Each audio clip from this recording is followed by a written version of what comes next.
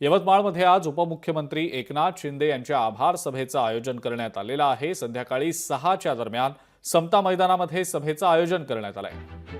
10,000 नागरिक बसतील अशी खुर्च्यांची व्यवस्था देखील करण्यात आलेली आहे। विधानसभा निवडणुकीत मतदारांनी शिवसेनेला मतदान केलं, शिवसैनिक प्रचारामध्ये राबले आणि या सर्वांचेच आभार मानण्यासाठी म्हणून एकनाथ शिंदेंची ही जाहीर सभा पार पडतीये।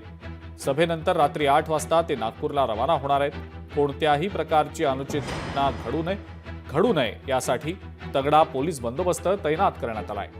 पोलीस उपविभागीय अधिकारी दिनेश बैसाणे यांच्याशी या संदर्भात आमचे प्रतिनिधी संजय राठोड यांनी संवाद साधला। पाहूया।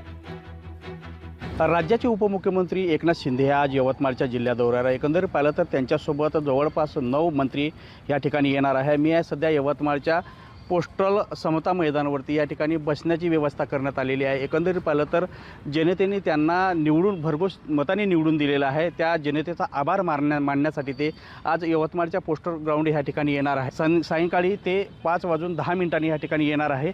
तर सायंकाळी 6:30 वाजता त्यांचं भाषणसुद्धा या ठिकाणी जे आहेत होणार आहे। इथूनच ते नागरिकांना संबोधित करणार आहे। एकंदरीत पाहिलं तर या ठिकाणी पोलिसाचा सुद्धा मोठा तगडा बंदोबस्त या ठिकाणी लावण्यात आलेला आहे। कुठलाही अनुचित प्रकार घडू नये यासाठी हा पोलिसाचा तगडा बंदोबस्त लावण्यात आलेला आहे। या संदर्भात बोलण्याकरता काही पोलीस अधिकारी आपल्यासोबत आहे। उपविभागीय पोलीस अधिकारी आपल्यासोबत आहे बैसाणे साहेब। साहेब, कशा प्रकारचं या ठिकाणी जे आहेत नियोजन करण्यात आलेलं आहे? आम्ही एकंदरीत जर का बघितलं तर जवळजवळ 90 अधिकारी आणि जवळजवळ 500 पोलीस अंमलदार हे बंदोबस्तासाठी तैनात करण्यात आले आहे। त्याचप्रमाणे जवळजवळ 125च्या आसपास जे होमगार्ड आहेत ते बंदोबस्त कामी आम्ही इथे तैनात करण्यात आलेले आहेत। सुरक्षेच्या दृष्टिकोनातून आमचा सर्व बंदोबस्त व्यवस्थित म्हणजे आम्ही नियोजन केलेलं आहे।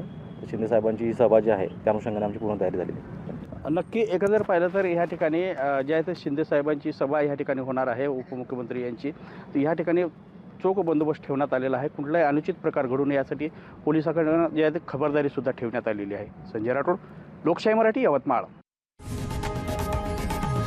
लोकशाही मराठी ऐका, पहा, जागरूक रहा।